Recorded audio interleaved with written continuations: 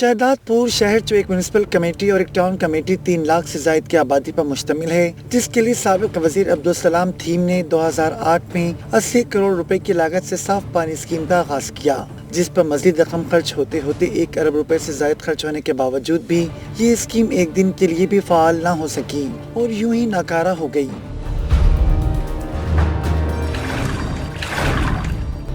G D A کے امیدوار و سابقہ ایم پی اے محمد بخش خاصخیری کا کہنا ہے کہ اس اسکیم کے تحت بڑے پیمانے پر کرپشن ہوئی ہے، یہ رقم الیکشن مہم پر خرچ ہوئی ہے۔ اس اسکیم کے تحت شہداد پور کی عوام کو 1 گلاس پانی بھی نہ ملا اور اسکیم ناکارہ ہو گئی۔ پینے کا صاف پانی 80 کروڑ سے بھی میرے خیال میں اتنی کوئی اسکیم ہے،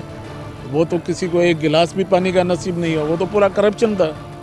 وہ تو پیسے چلے گئے، ہڑپ ہو گئے، الیکشنوں میں خرچ کر دیے، یہاں خرچ کر دیے۔ جبکہ پیپلز پارٹی کے 2 بار کے ایم پی اے اور پی ایس 44 کے امیدوار کا کہنا ہے کہ یہ اسکیم ان کے والد صوبائی وزیر عبدالسلام تھیم نے 80 کروڑ روپے کی لاگت سے تعمیر کرائی، مگر پبلک ہیلتھ کے افسران نے اسکیم کو ناکارہ بنا دیا، جس کی شکایت اعلیٰ حکام تک کی، مگر اس کے باوجود اسکیم فعال نہ ہو سکی۔ الیکشن کے بعد ایک بار پھر پیپلز پارٹی کی حکومت بنے گی تو صاف پانی اسکیم کو فعال کیا جائے گا۔ پانی کی اسکیم 2008 سے میرے والد صاحب نے وہ کرائی تھی،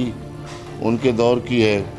ہم نے بڑی کوشش کی، آفیسرز کو بھی کہا، منسٹر صاحبان بھی، پبلک ہیلتھ کے سی ایم صاحب تک ہم نے اپروچ کی، کام کمپلیٹ ہو گیا ہے۔ اوپننگ بھی کی تھی 1-2 بار، تھوڑے پرابلم آئے تھے اس میں، کہیں سے لیکیج وغیرہ کا یہ وہ، مگر فلٹر پلانٹ، اس کی بلڈنگ آپ دیکھیں تو وہ ایک آپ کو نظر آئے گی کہ انٹرنیشنل لیول کی بنی ہے۔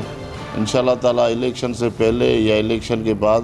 اس کو ورکنگ کنڈیشن میں لائیں گے، ہر گھر میں پانی ہوگا۔ صاف پانی اسکیم کی تمام قیمتی مشینری ناکارہ ہو گئی ہے، بلڈنگ کے اطراف میں جنگلی درختوں نے جگہ لے لی ہے۔ شہداد پور کی عوام پینے کا پانی اور گھروں پر استعمال کرنے والا پانی خرید کے استعمال کرنے پر مجبور ہیں، جبکہ پبلک ہیلتھ کے افسران کا کہنا ہے کہ کوئی بھی اسکیم ناکارہ نہیں ہوتی، بلکہ یہ اسکیم کسی بھی وقت فعال ہو سکتی ہے۔ ایس بی راجپر، میڈیا سا نیوز HD، سانگھڑ۔